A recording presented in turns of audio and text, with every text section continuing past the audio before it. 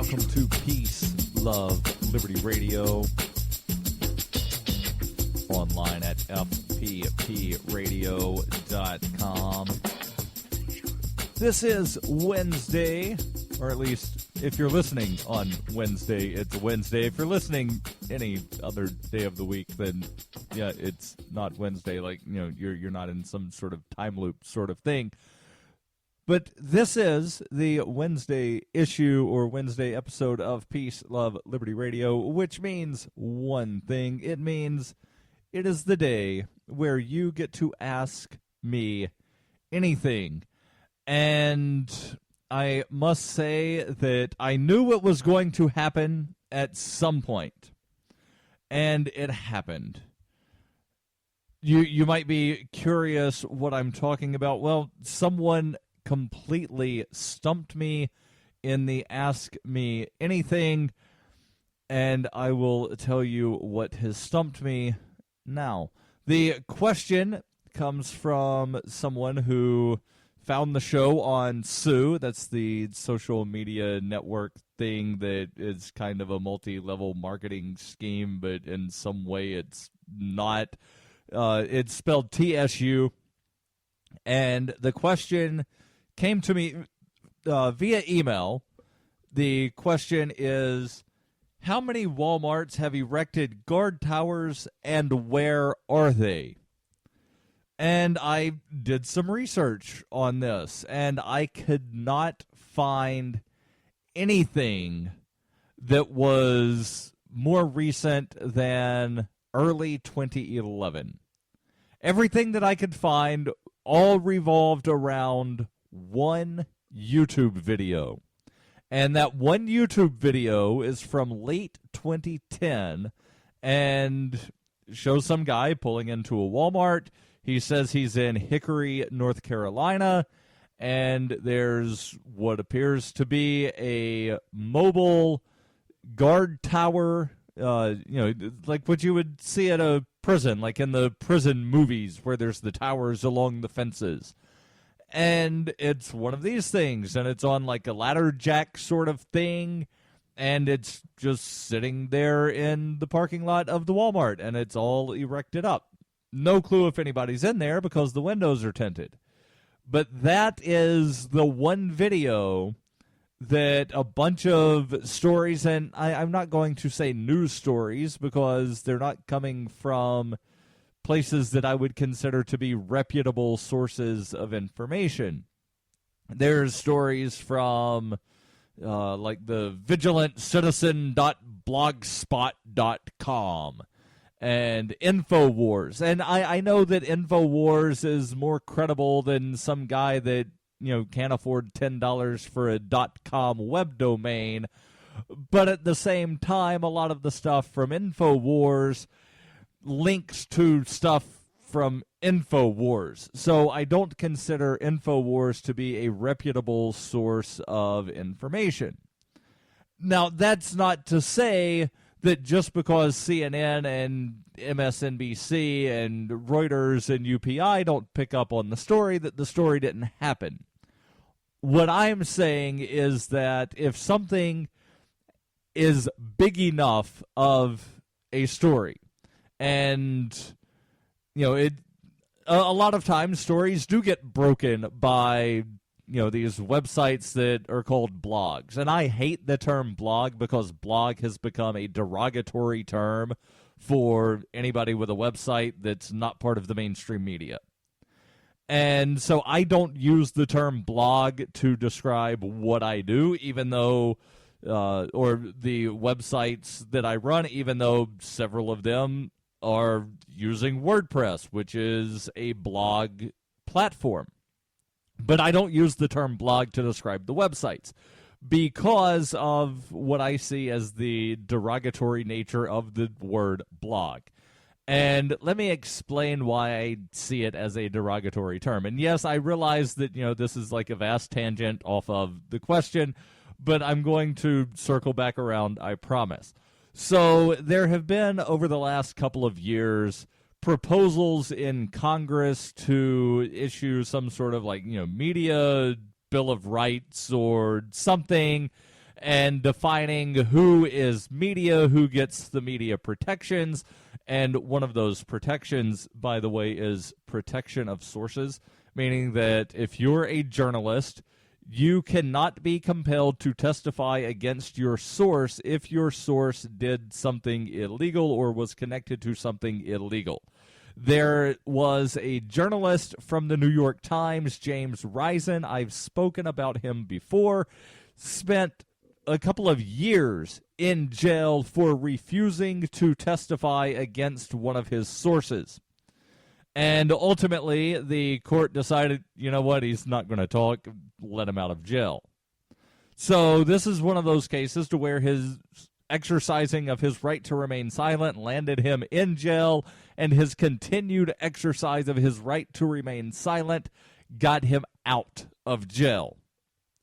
And, you know, it can hardly be argued that someone who works for the New York Times is not a member of the media. But that's exactly what they were trying to do, is say, oh, well, you know, he's not really media, like, he has to talk. So Dianne Feinstein and some other legislates have been, you know, debating these sorts of bills on who gets protections of media, who gets, you know, media credentials, etc. And Dianne Feinstein said something, and I'm paraphrasing here because I don't have the quote in front of me because I did not plan on talking about this at the beginning of the show. I just planned on saying, yeah, I've got a question, don't know the answer, move on to the next one, but now I'm ranting, and, you know, that's what I do. So Dianne Feinstein talking about this one bill that would have given a very broad definition of the term member of the media or journalist. She said, we can't just have every 17-year-old sitting in their basement with a blog be considered media. Well, why not? Why not? Because let's think back to the late 1700s for a moment. And yes, I realize that computers did not exist, but I'm going to make a parallel. Trust me. So right now, Dianne Feinstein is saying that 17-year-old with a blog should not be considered member of the media. But back in the late 1700s, would they have said that some guy with a pencil can't be considered the press? No, that's exactly who is the press. Anybody that writes things down and distributes them is the press. It doesn't matter if you're distributing it to two other people. Hell, it doesn't matter if you're distributing it and nobody reads it.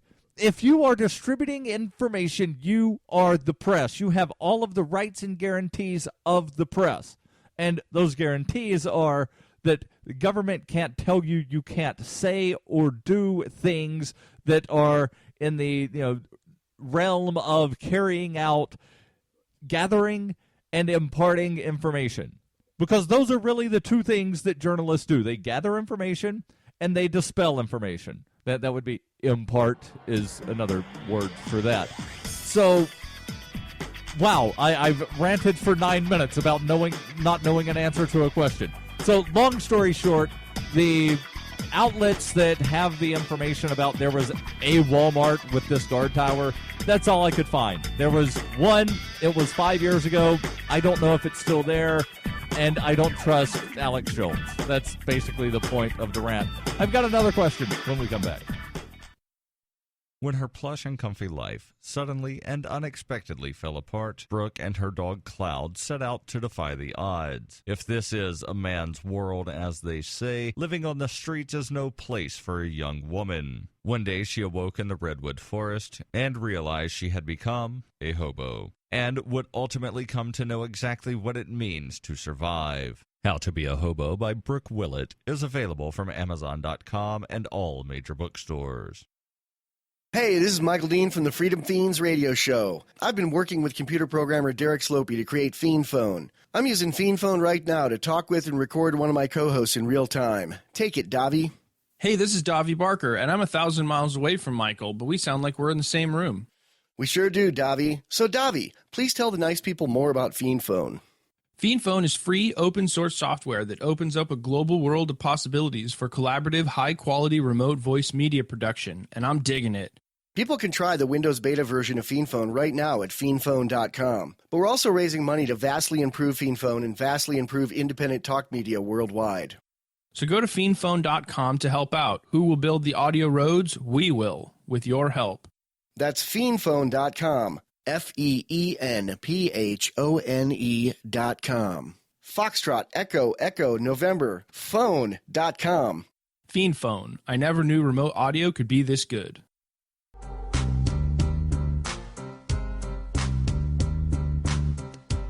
Welcome back to Peace, Love, Liberty Radio. Online at fppradio.com. And yes, I do have another question, and I'll actually get to the question, and I do know the answer to the question, and I promise that in amongst my answer to the question, I will not go off on a rant about why I don't trust Alex Jones and why 17-year-olds with blogs should be considered the media.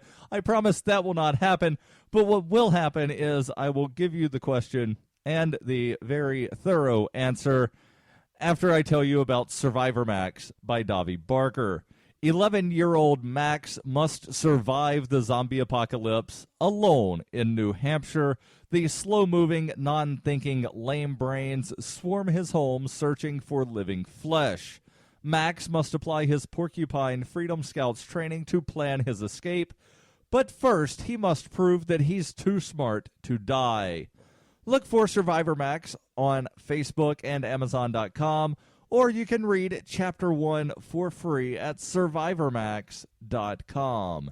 That's SurvivorMax.com. So the next question here comes from a friend of mine who is very good about supplying questions to the show pretty much on a weekly basis. I think there may have been 1 week where this individual has not supplied a question. The question this week is, what do I know about France restricting cash? And I've got a couple of stories here that give some insight and background into what is going on in France. The first is from ArmstrongEconomics.com, where they have done a good job, at least I think it's a good job, of translating an article from Le Parisien, which is the French newspaper, The Parisian. They have translated that from French into English, and they did a much better job than Google Translate did. I've also got a story from the Market Oracle, which is a British website, and they actually have an article from Casey Research. And if you're not familiar with Casey Research, they do a lot of economic stuff where they, delve into, I don't want to say they delve into speculation, but they will look at things like, is this a reputable stock? Why not? Et cetera, et cetera. And they do other stuff like, looking into various regulations around the globe of various things. And in this case, it is the French government wanting to regulate cash. So let me give you the synopsis here from Armstrong Economics, where, again, they're doing a translation from La Parisienne. So if any of this information is not correct, then it was either not correct in La Parisienne or something got mistranslated somehow when being translated from French to English. But all of the numbers, because they were written in number form in the article in La Parisienne, the numbers all match up, so I'm guessing it's a legitimate translation.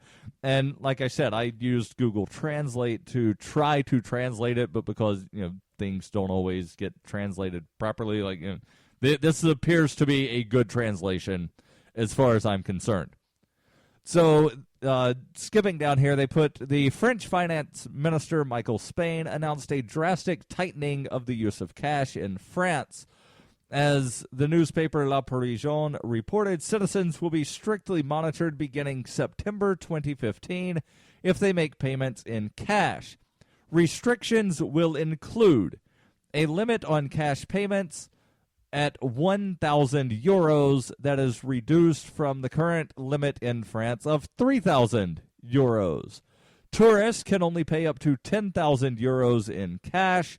Currently, they can pay 15,000. If a Frenchman wants to change money into another currency, he can still do so up to 1,000 euros without identification. Currently, someone from France can buy up to 8,000 euros in foreign currency without providing ID. If bank customers stand out more than 10,000 euros a month from his account, the bank must report the transaction to the money laundering authority TRACFIN, and I'm guessing that's probably the French version of FinCEN, which is what regulates money transmitters and whatnot in the U.S. They also put that banks must inform the authorities of all cargo transfers within the EU that exceed 10,000 euros. This regulation impacts checks, prepaid cards, and even gold. And, well, why exactly, and I'll get into the article from Casey Research here in a moment, but why exactly is the French government trying to limit cash? And is this unheard of? Like, is this limited just to France? Well, the reason that they are trying to limit the use of cash is that good old American catch-all. And yes, I realize that we're talking about France here, but just bear with me. It's that good old American catch-all, the war on terror. Yep, that's right, because only terrorists want to use cash. Now, in the U.S., and I promise I'll get to the other article here from the Market Oracle, but in the U.S., it's not unheard of to have limits on cash. Most people don't think that there are limits on cash in the U.S., but there are. Banks generally will not allow you to withdraw more than a certain amount. And I realize that that's more a bank regulation than a federal regulation or a state regulation. But if you deposit over $10,000 in cash, then there's IRS reporting that happens. And allow me to read something from the IRS instructions for Form 1099 miscellaneous. Specific instructions.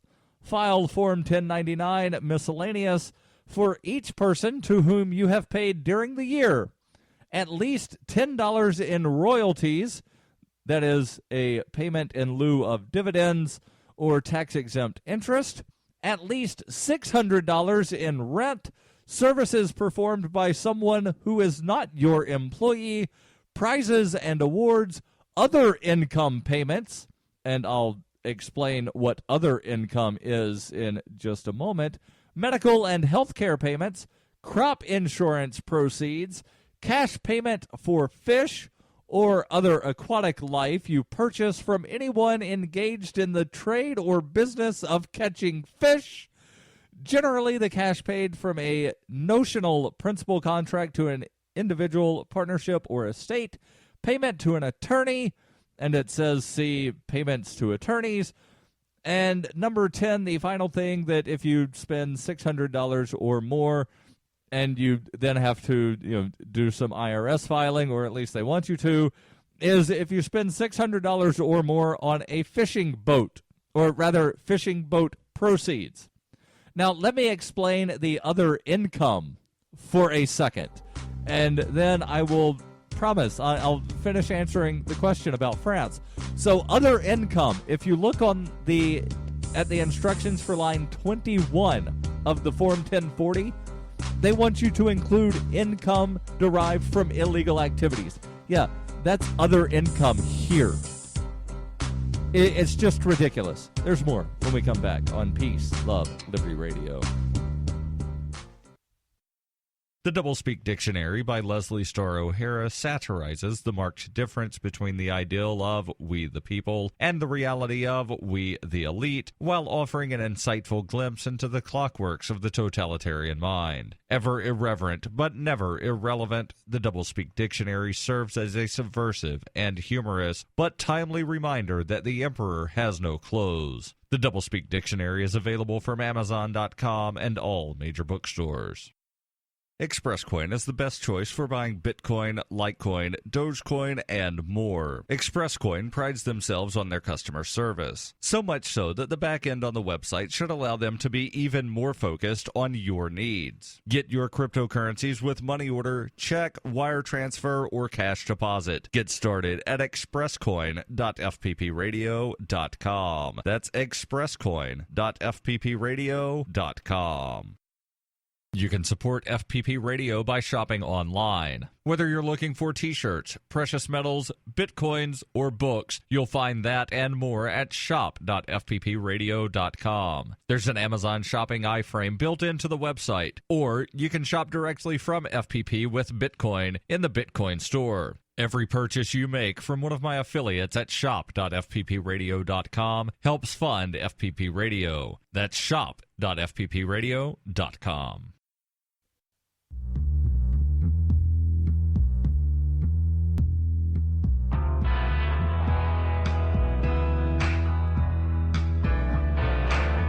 Welcome back to Peace, Love, Liberty Radio. Online at fppradio.com. I'll get to the rest of the answer to what do I know about the French restrictions on cash in just a moment. But first, I want to let you know about Roberts & Roberts Brokerage. For over 35 years, Roberts & Roberts Brokerage has been a trusted source for buying and selling your investment-grade precious metals. They also take Bitcoin for precious metal purchases and have permanently removed the minimum purchase amount for all orders paid in the digital currency. Call Roberts & Roberts Brokerage today for knowledgeable advice on investing and a forward-thinking approach to new technologies. 850-478-5270 or visit them online at rrbi.co. That's rrbi.co. So what does Casey Research have to say? And yes, I realize that this article is coming from Market Oracle, but they have listed as the author Casey Research.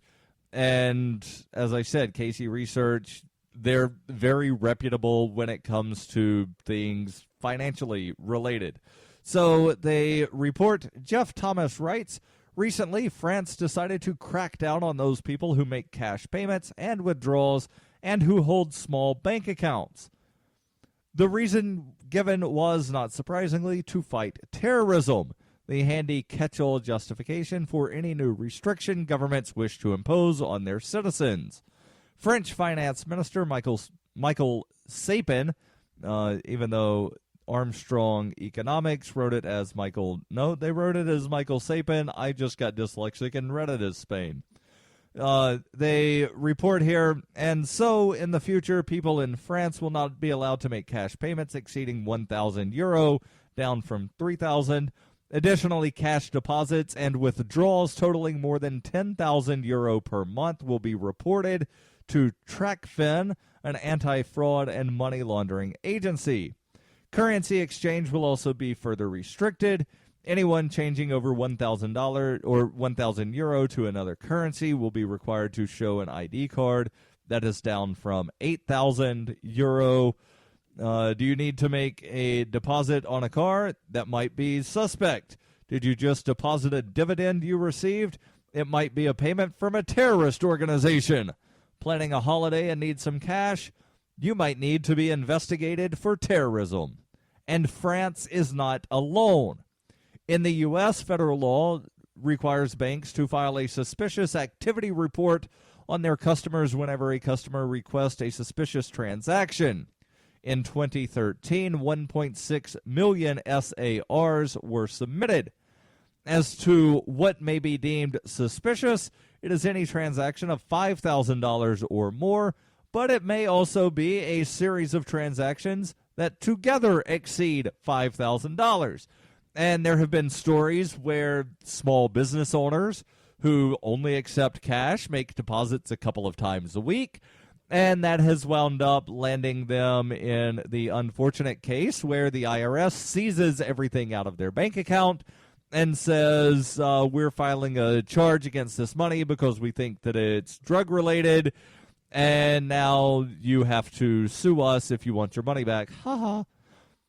So there are limits, and again, there are limits on cash in the U.S. If you get stopped by police and they have the drug dog walk around your car, as they love to do, because the dog will almost always hit on something, and that gives them justification to search your car.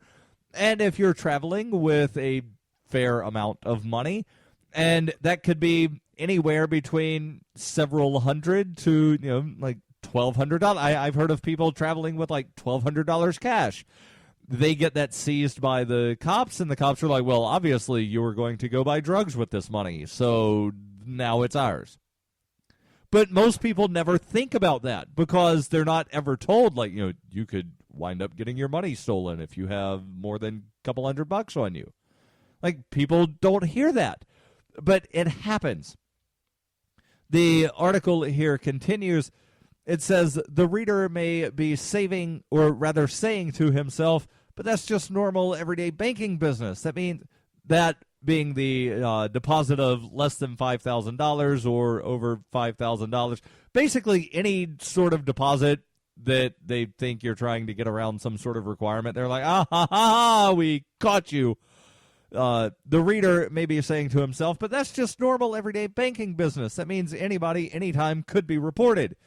If so, he would be correct. Essentially, any banking activity the reader conducts could be regarded as suspect. In Italy, and this just proves that it's not just the U.S., it's not just France. In Italy in 2011, Prime Minister Mario Monti began working to end the right of landlords, tradesmen, and small businesses to perform large transactions in cash, which critics say help them evade taxation. In December of that year, his government reduced the maximum allowed cash payment from €2,500 to €1,000. Spain has outlawed cash transactions over €2,500. The justification? To crack down on the black market and on tax evaders. In Sweden, the country where the first banknote was created in 1661, the use of cash is being steadily eliminated. Increasingly, expenses are paid and purchases made by cell phone text messages, and many banks have stopped handling cash altogether. Denmark's central bank, Nationalbanken, has another justification for ending its use of banknotes. Producing paper money and coinage is not cost-effective. Israel also seeks to end the use of cash. Prime Minister Benjamin Netanyahu's chief of staff has announced a three-phase plan to all but do away with cash transactions in Israel.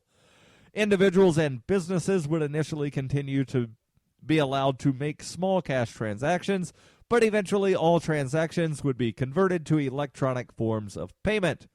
The justification being used in Israel is that cash is bad because it encourages an underground economy and enables tax evasion. Across the Atlantic, banks and governments are in a similar campaign.